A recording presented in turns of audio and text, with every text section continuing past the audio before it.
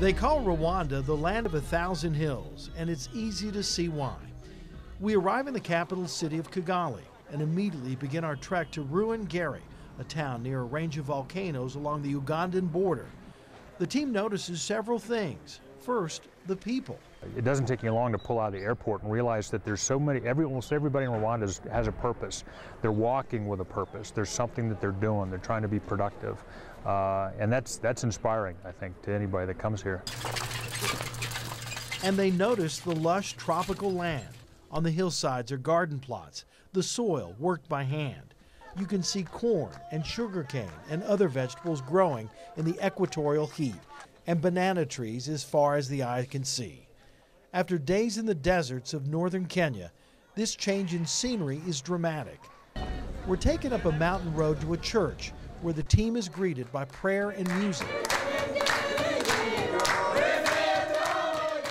Mike Hamilton and other members of the faith-based group Bloodwater Mission have come here to see the work being done, both in building catchment systems for clean water and also how these villagers are creating communities just 17 years after genocide ripped their country apart, leaving widows and orphans in its wake. And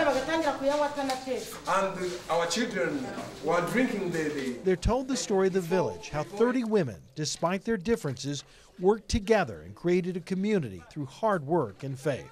Thank you for bringing us to Rwanda. Thank you for bringing us to this place. Even though we had different languages and we looked different and all those kinds of things, I felt a spirit in there when we walked in the church and the congregation was singing that I could resonate with, that was familiar to me, even though it was foreign in language. You would think as lush and wet as this area is that there'd be no problem with drinking water, but you'd be wrong. Even though it rained, there was no way to capture the water, at least not until about the year 2000, when groups like Musa Corps came in and later Bloodwater Mission. Before that, they would travel all the way down to that lake, which was about 13 miles there and back each day, the women and children carrying liters of water. We visited the lake, the source water, Lake Burera. They get up at 5 o'clock in the morning, walk down here, fill up a single jerry can and carry it back up there, and they don't get back until about 1 o'clock in the afternoon. Wow. Looks clean. But even with water, dangers still lurk. Though beautiful and clear, it contains many illnesses. If you're in this water, typhoid, maybe dysentery. Well, in this water. In this water. And because livestock use it, people are bathing in it, they're washing clothes in it. And so it's completely disease-borne water. Wow. And it's as clear as it looks. It's got issues. Fortunately, those issues are now waning. Chemicals are more available to villagers to make the water potable and safe, and a system of water tanks is being built. It was a very, very poor community. They had many problems in the community. Albert Mabasi works for Musa Corps, a Rwandan-based nonprofit that's been Bloodwater Mission's partner since 2007. By the end of this year, that partnership will have built 57 large rain tanks and 37 smaller tanks on the mountain. The goal is to provide 100% water coverage for the area. We hike toward the next water project.